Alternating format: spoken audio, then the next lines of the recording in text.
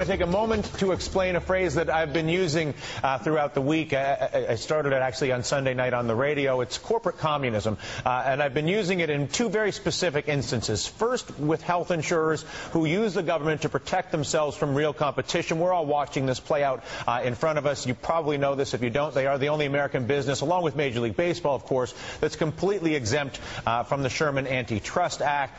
They also have major lobbies in Washington preventing any form of choice. We saw what happened to Senator Wyden's efforts to create choice for everybody on the exchanges. Just natural competition. Forget the public option. No.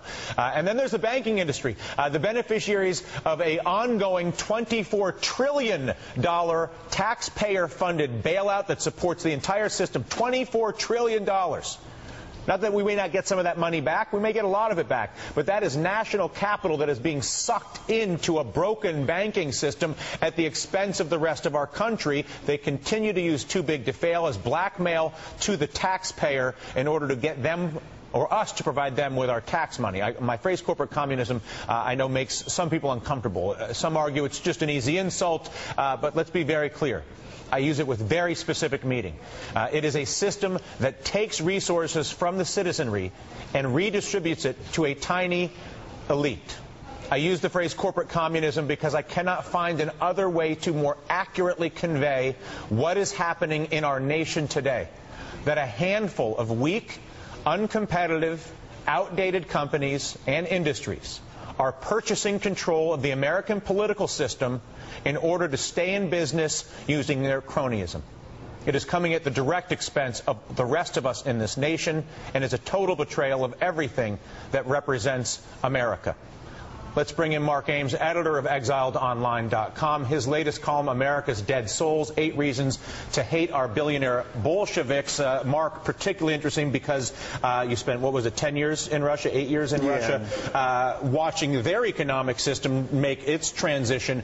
Very briefly, because we have a lot of ground to cover, why is communism as an economic model, meaning a model where there is no competition, there is no choice, laziness and weakness is rewarded through, again, either the use of character assassination or intellectual property theft, whatever it may be, to reward yourself at the expense. Why is that a problem? Well, I mean, first of all, you have an economy that creates things that nobody wants or needs, but the economy sucks all of the resources out for these things nobody needs. For example, Volga cars. They're still being produced even today, which chokes off any innovation in the rest of the Russian economy. So now they have to import everything. And, you know, that's the problem here. I mean, to paraphrase Orwell, what we're getting here is all men are created equal, but a handful of men are created $24 trillion more equal than the rest of us. And the problem is it's going to turn this country into a second-rate country. And unless we get back to our values again, we're going to turn into something more like what Russia saw, which is this kind of small handful of billionaires and oligarchs and elite sucking off and parasiting off the rest of the country.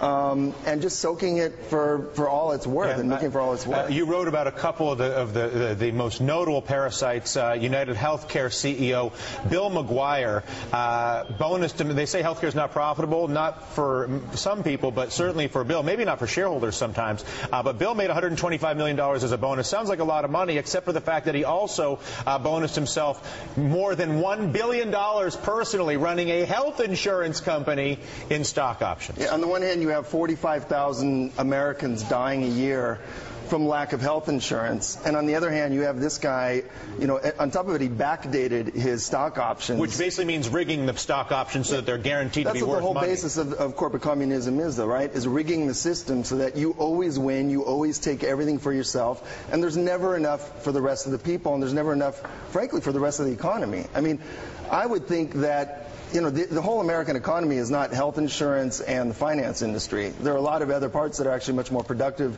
and innovative. And are forced to compete tooth and nail to survive from one day to the next. Yeah, well, you know, the problem is I don't think, for example, Silicon Valley, I don't think they're quite as, they don't have their tentacles in the government in Washington, you know, quite as deeply and on such a just a dark, horrible level, manipulative level as the finance industry and health industry. So they're getting choked off. And we may may not have the world's best high-tech industry in 5 or 10 years because there's not going to be any resources for it. And there's no capital. You talk to venture capitalists, there's not money to invest. All these things are happening as we watch this happen. There's a finite amount of money in any economy. All right. Well, unless you can print lots of it.